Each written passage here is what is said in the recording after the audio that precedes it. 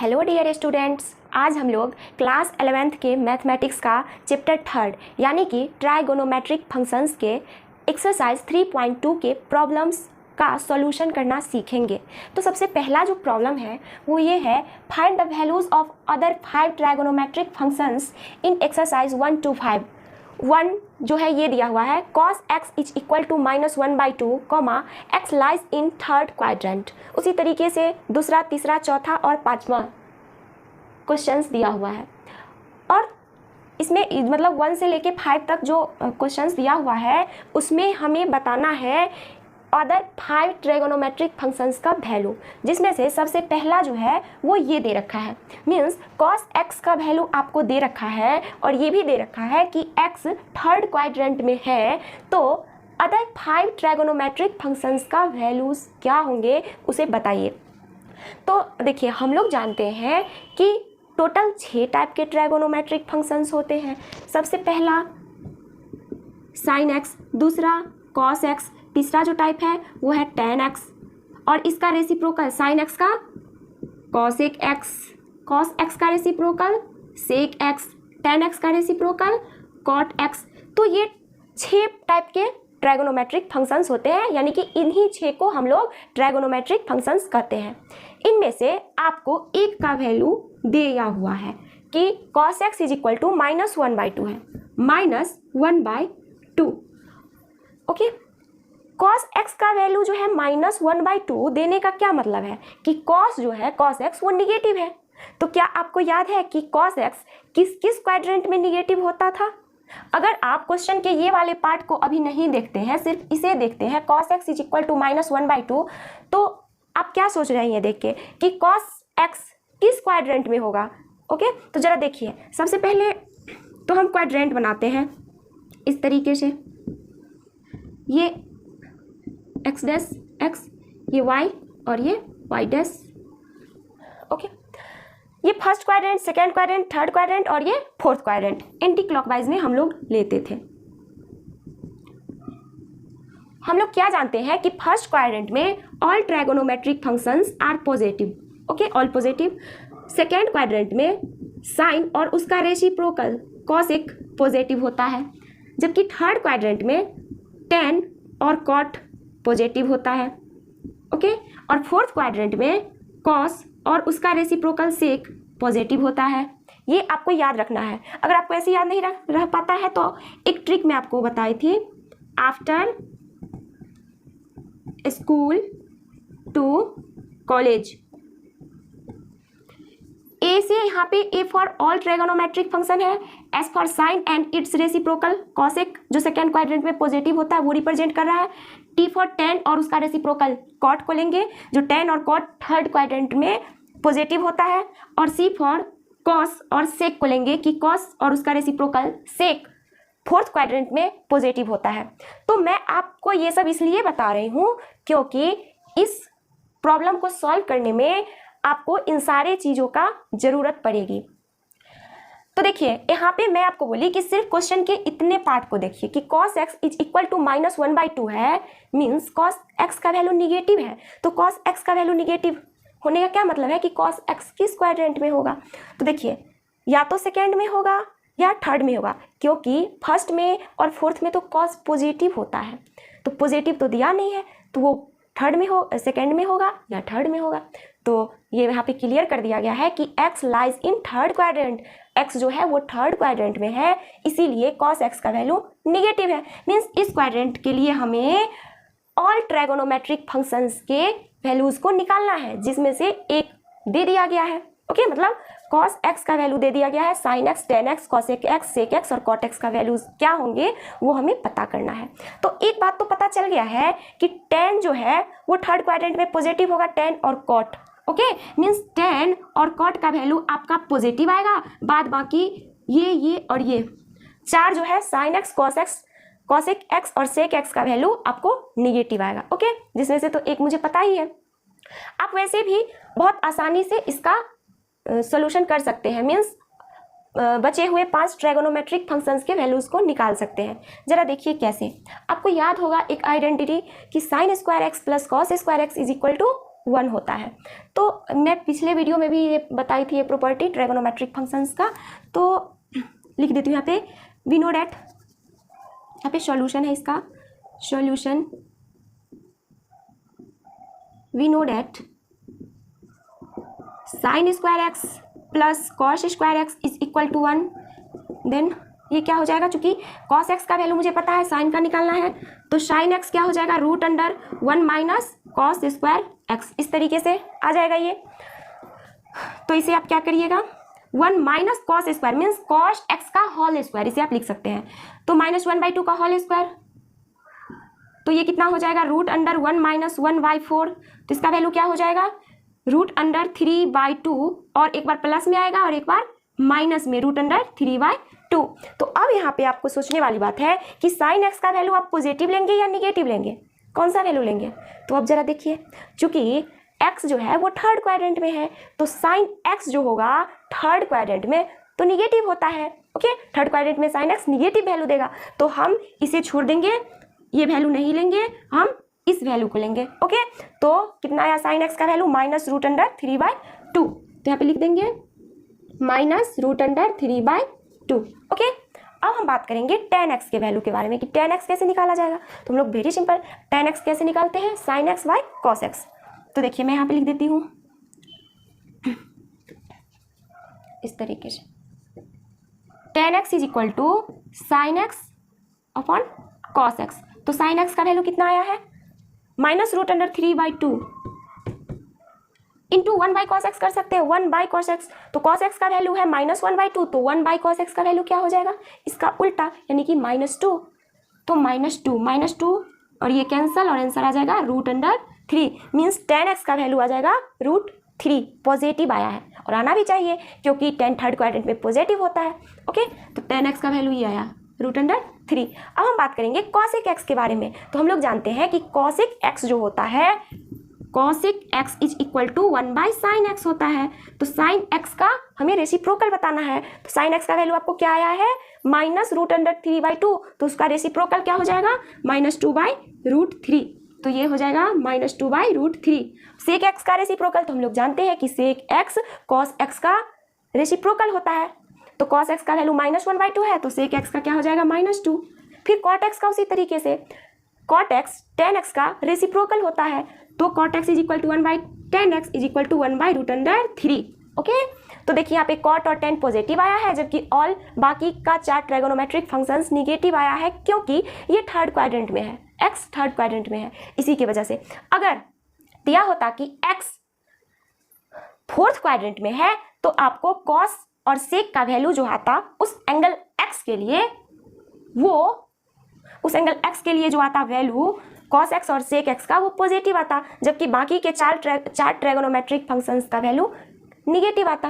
Okay, अगर दिया रहता, ये दिया था cos x is equal to -1/2, x lies in second quadrant, तब क्या होता, साइन और cosec का वैल्यू पॉजिटिव आता और बाकी के 4 बचे हुए ट्रायगोनोमेट्रिक फंक्शंस का वैल्यू निगेटिव आता। आगे बात समझ में।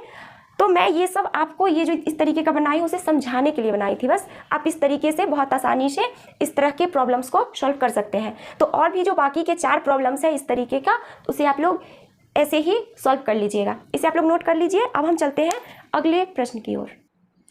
सेकेंड जो क्वेश्चन है वो ये है कि find the values of trigonometric functions in exercise 6 to 10। 6 से लेकर 10 तक में जो भी ट्रायगोनोमेट्रिक फंक्शंस दिए हुए हैं उसके वैल्यूज क्या होंगे वो हमें बताना है। तो आपको ये देख के डर तो नहीं लग रहा है, इतने बड़े बड़े एंगल का मेजरमेंट है। देखिए 765 डिग्री, -1410 डिग्री और इस तरीके के 19π/3, -11π/3, -15π/4। तो निगेटिव में भी एंगल है और पॉजिटिव में भी एंगल है। तो ये जो एंगल है बहुत बड़े बड़े मेजरमेंट वाले एंगल है। तो हमें क्या करना है, इस ट्रायगोनोमेट्रिक फंक्शंस के वैल्यूज़ क्या होंगे वो हमें बताना है। तो बहुत ही आसान है, ज़रा आप ध्यान से सुनिए। हम लोग क्या पढ़े थे कि मान लीजिए कि ये कोई रे है, जब कोई रे अपने इनिशियल पॉइंट के पड़ता घूमती है तो एंगल का निर्माण हो जाता है। जितना ज़्यादा घूमती है उतना बड़ा एंगल का निर्माण होता है। आपको जितना इच्छा हो उतना घुमाइए, घुमाते जाइए 1400 डिग्री, 1500 डिग्री, 2000 डिग्री का एंगल बनाते जाइए। तो पॉजिटिव एंगल आपको तब मिलता था जब आप रे को एंटी क्लॉकवाइज डायरेक्शन में घुमाते थे।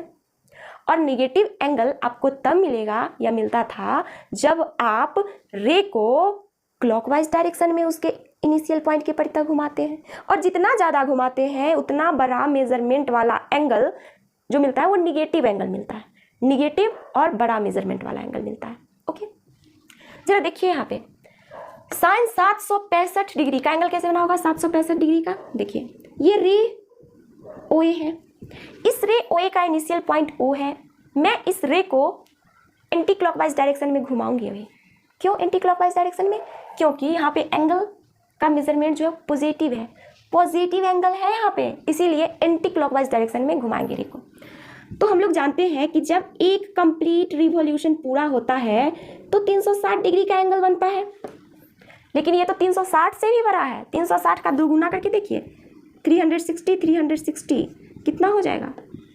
720। 720 से भी ज़्यादा है, 720 और प्लस कितना है 45, तब तो 65 डिग्री का एंगल बनेगा। ओके, तो क्या करना, अभी मैं कितना डिग्री का एंगल बनाई हुई यहाँ पे 360 डिग्री का। एक बार इसे और रिवॉल्यूट करवाइए, एक बार और इसे घुमाइए, एक रिवॉल्यूशन तो हुआ कंप्लीट, तो 360 डिग्री का एंगल बना। एक बार और इसका रिवॉल्यूशन करवाइए, तो इस तरीके से फिर ये रिवॉल्यूशन करते करते रोटेट होते होते फिर से सेकेंड बार में यहाँ पे पहुँच गया।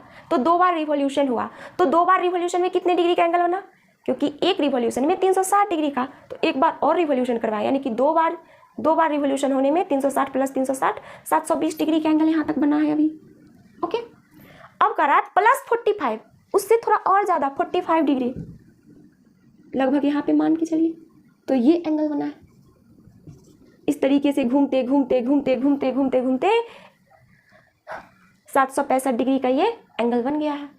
अब जरा देखिए, मैं इससे लाइन OA को इस तरह से बढ़ा दूं और इस लाइन को ऐसे एक परपेंडिकुलर एक नीचे, तो ये x डैश, ये y और ये y डैश बन जाएगा।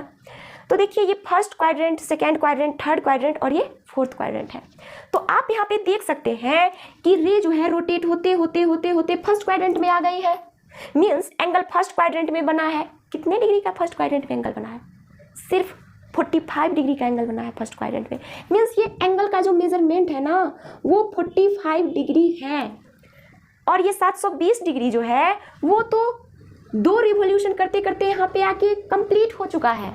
मीन्स OA जो रे है वो घूमते घूमते घूमते घूमते 2 रिवॉल्यूशन पूरा करते करते फिर से उसका इनिशियल पोजीशन और फाइनल पोजीशन कॉन्साइड जब होता है तो 720 डिग्री का एंगल बनता है। तो 720 डिग्री के एंगल को आप 0 डिग्री का भी एंगल कह सकते हैं। जैसे 360 डिग्री का एंगल को आप एक बार जब 360 डिग्री के एंगल को आप लोग 0 डिग्री का एंगल भी कह सकते हैं। 360 डिग्री का वही फिगर होता है और 0 डिग्री का भी वही फिगर होता है, दोनों सेम होता है, ठीक है ना। मीन्स लाइन आपस में कॉन्साइड कर जाती है। 360 डिग्री में रे जो है आपस में कॉन्साइड कर जाती है, तो हम कहते हैं कि 360 डिग्री का एंगल बन गया। तो कॉन्साइड होने का मतलब तो ये भी है कि चली ही नहीं, आपस में टिकी हुई है, चली ही नहीं, मीन्स 0 डिग्री का एंगल बना। उसी तरीके से 720 डिग्री का एंगल यहाँ से लेके यहाँ तक तो 720 डिग्री का एंगल है ना, सिर्फ यहाँ तक का मेजरमेंट अगर किया जाए तो 720 डिग्री कहिए या 0 डिग्री कहिए, दोनों सेम है। मीन्स एंगल बना ही नहीं। एंगल बना तो बना कितना डिग्री का? सिर्फ 45 डिग्री का। ओके, आप इस तरह से भी समझ सकते हैं। तो 45 डिग्री का एंगल बना और फर्स्ट क्वाड्रेंट में है। 45 डिग्री का एंगल तो फर्स्ट क्वाड्रेंट में ही होगा ना, क्योंकि फर्स्ट क्वाड्रेंट में एंगल का जो मेजरमेंट होता है वो होता है 0 डिग्री से लेके 90 डिग्री तक। तो 45 डिग्री का एंगल आया, इसका मतलब ये फर्स्ट क्वाड्रेंट में है। ओके, तो मैं अगर चाहूँ तो इन सारे ट्रिगोनोमेट्रिक फंक्शंस का वैल्यू इस तरीके से रिप्रेजेंट करके क्वाड्रेंट के फॉर्म में आपको रिप्रेजेंट करा के रिवॉल्यूशन करवा के रे का रिवॉल्यूशन करवा के कितना डिग्री का एंगल बना, कैसे बना, वो करके मैं आपको एक एक करके सारे को समझा सकती हूँ। या फिर इसे दूसरे मेथड से भी शॉर्ट में बना सकते हैं। तो एक प्रॉब्लम को आप इस तरीके से सॉल्व कर लीजिए, उसके बाद मैं आपको शॉर्ट मेथड भी बता दूंगी। ओके, तो देखिए यहाँ पे साइन 765 डिग्री जो है इसे आप क्या लिख सकते हैं? साइन 765 डिग्री को 720 डिग्री प्लस 45 डिग्री आप लिख सकते हैं। तो ये कितना हो जाएगा? साइन 720 डिग्री को आप लोग लिख सकते हैं 2 into 360 degree plus 45 degree is equal to sine 360 degree plus theta. आपको याद है मैं एक बात बताई थी कि जब 90 डिग्री प्लस माइनस थीटा का कंडीशन हो या 270 डिग्री प्लस माइनस थीटा वाला केस आ जाए तो उस जगह पे साइन कॉस में, कॉस साइन में, टेन कॉट में और कॉट टेन में, सेक कॉसेक में और कॉसेक सेक में चेंज हो जाता है। लेकिन अगर वहीं पे 180 डिग्री प्लस माइनस थीटा या 360 डिग्री प्लस माइनस थीटा का कंडीशन आ जाए तो ट्रायगोनोमेट्रिक फंक्शंस में कोई भी चेंजिंग नहीं आता है। तो यहाँ पे देखिए sine 302 into 360 degree plus 45 degree में कोई चेंजिंग नहीं आएगा क्योंकि यहाँ पे 360 डिग्री वाला कंडीशन है ना। तो यहाँ पे एक बात को आपको ध्यान रखना पड़ेगा कि यहाँ पे जो है 2 इंटू 360 डिग्री में ये 2 जो लगा हुआ है n, तो ये 2 जो है तो इसको आप इस तरीके से लिख सकते हैं n into 360 degree plus theta के फॉर्म में है। तो n जो है इंटीजर है, ओके, n जो है वो इंटीजर है, कोई भी इंटीजर -1 -2 या फिर 0 या 1 2 3 कोई इंटीजर है। तो यहाँ पे क्या हो जाएगा, ये साइन थीटा हो जाएगा, साइन 45 डिग्री। ओके, आगे बात समझ में। यहाँ पे एक बात और आई होगी आप लोगों के मन में कि अगर इसे 90 डिग्री कर दूं, 360 डिग्री को आप इसे 360 डिग्री नहीं रहने दे और इसे आप 90 डिग्री कर दे, मतलब 4 इंटू 90 डिग्री, तो 360 डिग्री तो हो ही जाएगा ना। तो n इंटू 90 डिग्री इस तरीके का आ जाएगा। तो 90 कॉस ये तो ये n into 90 degree plus theta का फॉर्म जब आ जाएगा तो मैं क्या बताई थी कि 90 डिग्री में चेंजिंग हो जाता है। तो उस समय हम क्या करेंगे, साइन को कॉस में चेंज कर देंगे तो फिर भी हमें कॉस 45 डिग्री ही वैल्यू आएगा। ओके, तो साइन 45 डिग्री का वैल्यू लीजिए या कॉस 45 डिग्री का, दोनों तो सेम ही होता है ना। क्या होता है दोनों का वैल्यू 1/√2, तो इसका वैल्यू क्या हो जाएगा 1/√2। और आप यहाँ पे देख सकते हैं कि वैल्यू पॉजिटिव आया है, इसका मतलब है कि ये जो एंगल है वो फर्स्ट क्वाड्रेंट में बना है। तो आप इसे इस तरीके से भी समझ सकते हैं और इस तरीके से भी समझ सकते हैं। डायरेक्ट आप ये फिगर देख के बता सकते थे ओ ये तो पूरा कहानी यहाँ पर खत्म हो गया 720 डिग्री का, बचा कितना सिर्फ 45 डिग्री। तो साइन 45 डिग्री सिर्फ बचा, तो 45 डिग्री का वैल्यू 1/√2। ओके, तो ये आंसर हो गया। अब हम चलते हैं सेकेंड क्वेश्चन को सॉल्व करने। कॉसेक -1410 डिग्री, तो इसे आप लोग नोट कर लीजिए। तो सेकेंड जो है ट्रायगोनोमेट्रिक फंक्शंस, कॉसेक -1410 डिग्री दिया हुआ है। तो देखिए इसका हम कैसे सॉल्यूशन करते हैं, इसके वैल्यू को हम कैसे निकालते हैं।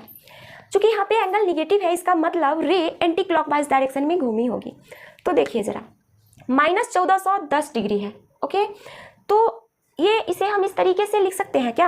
आपको एक बात ध्यान रखना है कि जब भी कोई भी बड़ा एंगल का वैल्यू निकालना पड़े, किसी भी बड़े एंगल के लिए ट्रायगोनोमेट्रिक फंक्शंस का वैल्यू निकालना पड़े, तो उस टाइम आप क्या करिएगा, आप कोशिश ये कीजिए कि कैसे मैं उस एंगल को इन सब में से किसी के फॉर्म में रिप्रेजेंट कर दूं या फिर इन सब में से किसी के फॉर्म में चेंज कर दूं। क्योंकि जब आप इस तरीके का उसका वैल्यू इस फॉर्म में जब आप इसे लिख दीजिएगा ना इस फॉर्म में, तो इस फॉर्म में लिखने के बाद आपको पता चल जाएगा कि वो किस क्वाड्रेंट में है। ओके, और आसानी से आप उस एंगल के लिए ट्रायगोनोमेट्रिक फंक्शन का वैल्यू निकाल लेंगे। तो चलिए हम लोग बात करते हैं इसके बारे में। तो इसके लिए हमें क्या करना है, इसमें से किसी के फॉर्म में चेंज करना पड़ेगा। तो देखिए जरा पहले हम लोग चलते हैं -1410 डिग्री के बारे में सोचते हैं। देखिए 360 को अगर 4 से मल्टीप्लाई किया जाए, 4 से, तो क्या हो जाएगा 0, ये 2 1440 हो जाएगा। Means 360 degree into 4 = 1440 degree. तो आप इसे 1440 डिग्री बनाइए। पहले आप इसे लिख सकते हैं क्या 30 डिग्री माइनस 1440 डिग्री, क्योंकि 30 में से 1440 अगर गया तो कितना हो जाएगा -1410 डिग्री हो जाएगा। तो आप इसे इस तरीके से लिख सकते हैं। फिर 30 डिग्री माइनस 1440 डिग्री को आप 4 इंटू 360 डिग्री, 4 इंटू 360 डिग्री लिख सकते हैं ना। तो अब चलिए हम लोग कॉसेक का वैल्यू निकालें इसके लिए, कॉसेक का। तो अब देखिए जरा क्या करेंगे, कॉसेक -1410 डिग्री की जगह पे अब मैं इसका यूज करूंगी -4 इंटू 360 डिग्री प्लस 30 डिग्री, इसे आप ये लिख सकते हैं। अब आपको याद है क्या एक चीज जो मैं पढ़ाई थी, कॉसेक माइनस थीटा किसके इक्वल होता है। क्योंकि जैसे ही माइनस थीटा तो एंगल उल्टा बना इस क्वाड्रेंट में, फोर्थ क्वाड्रेंट में तो कॉसेक का वैल्यू निगेटिव होता है। Means cosec minus theta is equal to हो जाएगा माइनस कॉसेक थीटा। ओके, तो यहाँ से भी हम माइनस कॉमन ले लेते हैं, और जब माइनस कॉमन ले लेंगे तो माइनस कॉमन लेने के कारण cosec minus theta is equal to minus cosec theta हो जाएगा। तो माइनस जब इसमें से कॉमन लेंगे तो क्या हो जाएगा, माइनस कॉसेक, और ये थीटा जो हो जाएगा ये पॉजिटिव और ये निगेटिव हो जाएगा, क्योंकि माइनस इसमें से कॉमन ले रहे हैं हम लोग। तो माइनस कॉमन लेने से ये क्या हो जाएगा, 4 × 360 डिग्री माइनस 30 डिग्री, और माइनस जो यहाँ पे कॉमन लिया गया वो minus theta, cosec minus theta is equal to minus cosec theta आ गया। ओके, इससे आप इसको समझ सकते हैं, कंपेयर करके समझ सकते हैं। अब देखिए माइनस कॉसेक था उसे रहने देते हैं। अब देखिए 4 × 360 डिग्री मतलब 4 बार रिवोल्यूशन हुआ है। तो 4 बार जो रिवोल्यूशन हुआ है तो होते होते एक बार 360 डिग्री, 2 बार 360 डिग्री, 3 बार 360 डिग्री और चौथा बार 360 डिग्री रिवोल्यूशन होते होते फिर से इनिशियल पोजीशन और फाइनल पोजीशन आपस में कंसाइड कर गया, मीन्स कोई एंगल नहीं बना, 0 डिग्री से हम मान लेंगे। ओके, कुछ नहीं हुआ, बचा कितना, -30 डिग्री। ओके, तो कॉसेक रहने दीजिए और यहाँ पे लिख दीजिए -30 डिग्री। आगे बात समझ में। अब जरा देखिए माइनस, फिर वही कंडीशन आ गया, cosec minus theta is equal to minus cosec theta. तो फिर आप जब इसमें से माइनस लेंगे तो माइनस माइनस प्लस हो जाएगा, तो ये हो जाएगा कॉसेक 30 डिग्री। तो कॉसेक 30 डिग्री का वैल्यू 1/sin 30 डिग्री, और sin 30 डिग्री का वैल्यू तो 1/2 होता है, इसलिए कॉसेक 30 डिग्री का वैल्यू 2 होगा। आई बात समझ में, इसे आप लोग नोट कर लीजिए। अगला है tan 19π/3, tan 19π/3।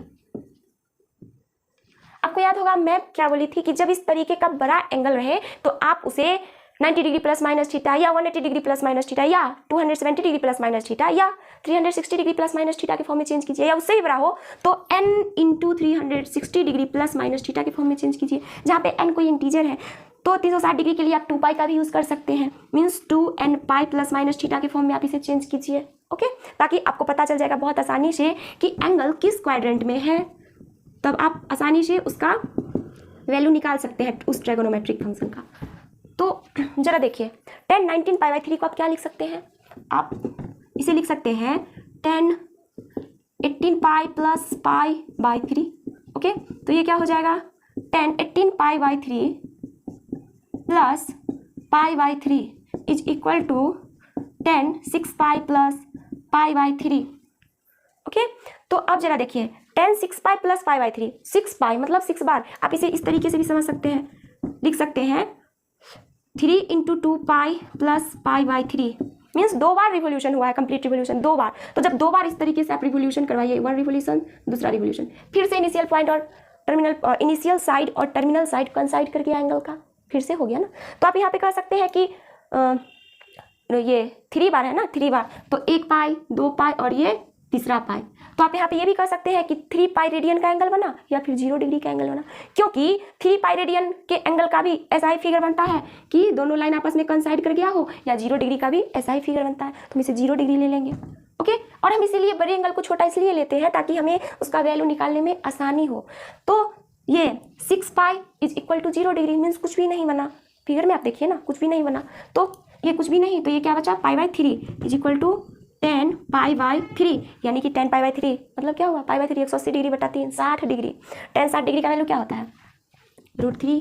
ओके, अब हम लोग चलते हैं, ये भी मैं आपको बता दी, अब इसका वैल्यू निकालते हैं। ये नेगेटिव एंगल है। ओके, तो इसे हम पॉजिटिव बना लेंगे, माइनस कॉमन ले लेंगे, तो माइनस जब कॉमन ले लेंगे sine minus theta is equal to क्या होता है, फोर्थ क्वाड्रेंट में साइन निगेटिव होता है, तो माइनस साइन थीटा हो जाएगा, माइनस साइन 11π/3, तो माइनस कॉमन ले लेंगे और साइन 11π/3 का वैल्यू निकालेंगे, या फिर आप किसी भी तरह निकाल सकते हैं। इसे आप लोग स्क्रीनशॉट ले लिए शायद, या फिर आप देख लीजिए ना, तो फिर आप बना लीजिएगा इसको, मैं कैसे इसको बनाई हूँ। साइन